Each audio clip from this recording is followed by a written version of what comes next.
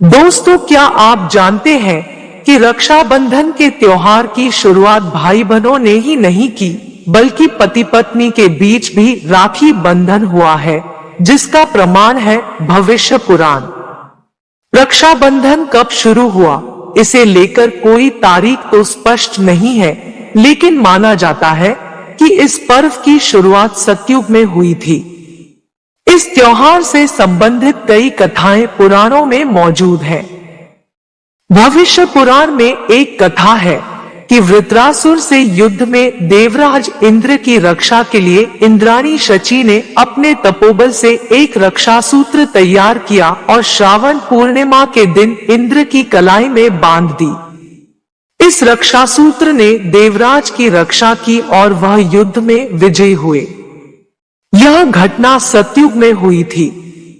राखी की एक अन्य कथा है कि पांडवों को महाभारत का युद्ध जिताने में रक्षासूत्र का बड़ा योगदान था।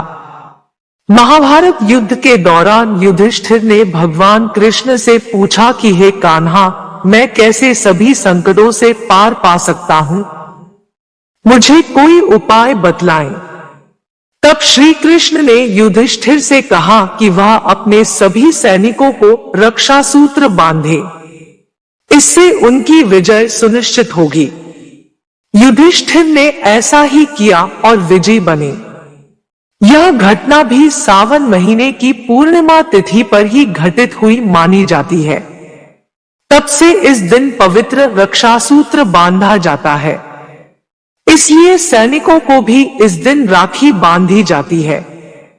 तीसरी कथा के अनुसार राजा बलि, जो बहुत दानी राजा थे और भगवान विष्णु के अनन्य भक्त भी थे, एक बार उन्होंने यज्ञ का आयोजन किया। इसी दौरान उनकी परीक्षा लेने के लिए भगवान विष्णु वामनावतार लेकर आए और दान में राजा बलि से 3 पग भूमि देने के लिए कहा, लेकिन उन्होंने 2 पग में ही पूरी पृथ्वी और आकाश नाप लिया। इस पर राजा बलि समझ गए कि भगवान उनकी परीक्षा ले रहे हैं। तीसरे पग के लिए उन्होंने भगवान का पग अपने सिर पर रखवा लिया। तब वामन भगवान ने उन्हें वरदान मांगने को कहा। तब उन्होंने भगवान से याचना की कि अब तो मेरा सब कुछ चला ही गया है, प्रभु आप मेरी विनती स्वीकारें और मेरे साथ पाताल में चलकर रहें। भगवान ने भक्त की बात मान ली और बैकुंठ छोड़कर पाताल चले गए।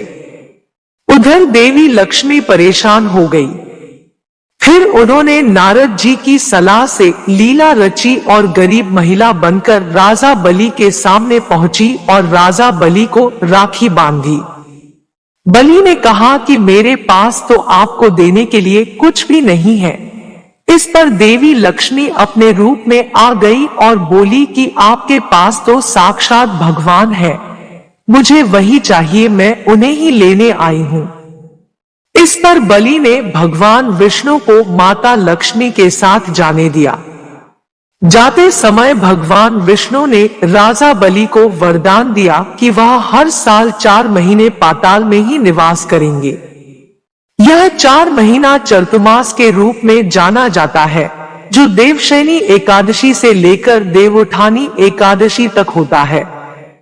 राखी से जुड़ी एक और सुंदर घटना का उल्लेख महाभारत में मिलता है। सुंदर इसलिए क्योंकि यह घटना दर्शाती है कि भाई बहन के स्नेह के लिए उनका सगा होना जरूरी नहीं है। कथा है कि जब युधिष्ठिर इंद्रप्रस्थ में राजसूय यज्ञ कर रहे थे, उस समय सभा में शिशुपाल भी मौजूद था। शिशुपाल ने भगवान श्री कृष्ण का अपमान किया तो श्री कृष्ण ने अपने सुदर्शन चक्र से उसका वध कर दिया। लौटते हुए सुदर्शन चक्र से भगवान की छोटी उंगली थोड़ी कट गई और रक्त बहने लगा। यह देख द्रौपदी आगे आई और उन्होंने अपनी साड़ी का पल्लू फाड़कर श्री कृष्ण की उंगली पर लपेट दिया। इसी समय श्री कृष्ण ने द्रौपदी को वचन दिया कि वह एक एक धागे का ऋण चुकाएंगे। इसके बाद जब कौरवों ने द्रौपदी का चीरहरण करने का प्रयास किया तो श्री कृष्ण ने चीर बढ़ाकर द्रौपदी के चीर की लाज रखी। कहते हैं जिस दिन द्रौपदी ने श्री कृष्ण की कलाई में साड़ी का पल्लू बांधा था वह श्रावण पूर्णिमा की दिन था। इन कथाओं से इतना तो स्पष्ट है कि ये त्योहार केवल भाई बहन का ही नहीं है, ये रक्षासूत्र का त्योहार है जो कोई भी किसी को बांध सकता है। इन्हीं कारणों से रक्षाबंधन का त्योहार मनाया जाने लगा। दोस्तों, ये कथाएं आपको कैसी लगी कमेंट करके जरूर बताइए और ऐसे ही नई नई कहानियों के लिए हमारे चैनल को सब्सक्राइब भी कीजिए।